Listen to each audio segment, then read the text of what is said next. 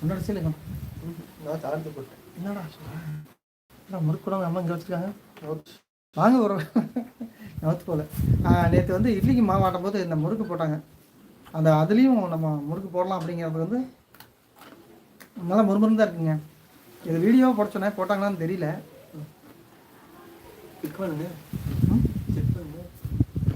அம்மாவோட லைவில் தான் பார்க்கணும்.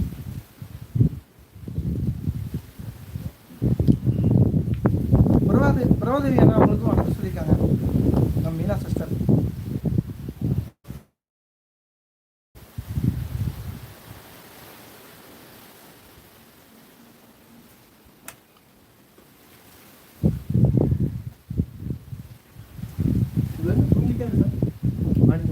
மூணு நாள் அழைச்சிடலாம். நான் இப்போதான் எழுப்பிட்டேன்.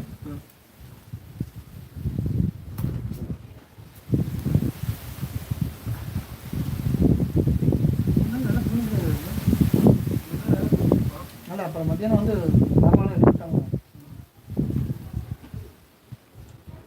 நார்மலாக தாங்க நீ வரதுக்கு 1 மணி நேரத்துக்கு முன்னாடி இருந்தாங்க. 2 மணிக்கு வந்துருக்காங்க. அப்போ 2 மணிக்கு 1:30க்கு வந்துருப்பாங்க.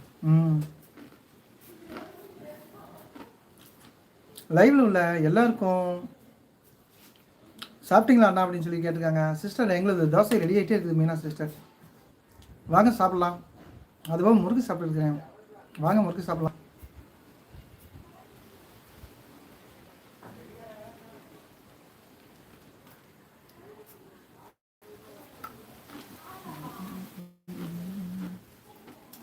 லைவா போட்டுக்கிறீங்க.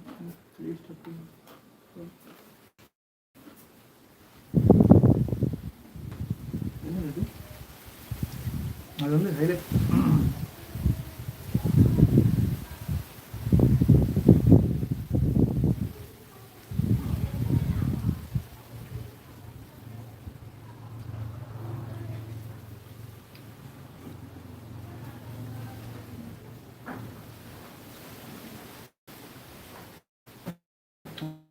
அம்மா சமையல் பண்ணுறாங்களா, என்ன பண்ணுறாங்க? அங்கே இருக்காங்க. சமையல் என்ன ஆரம்பிக்கல, டைம் இல்லை. தீபாவளிக்காக சுடல. இது வந்து நாங்கள் தனியாகவே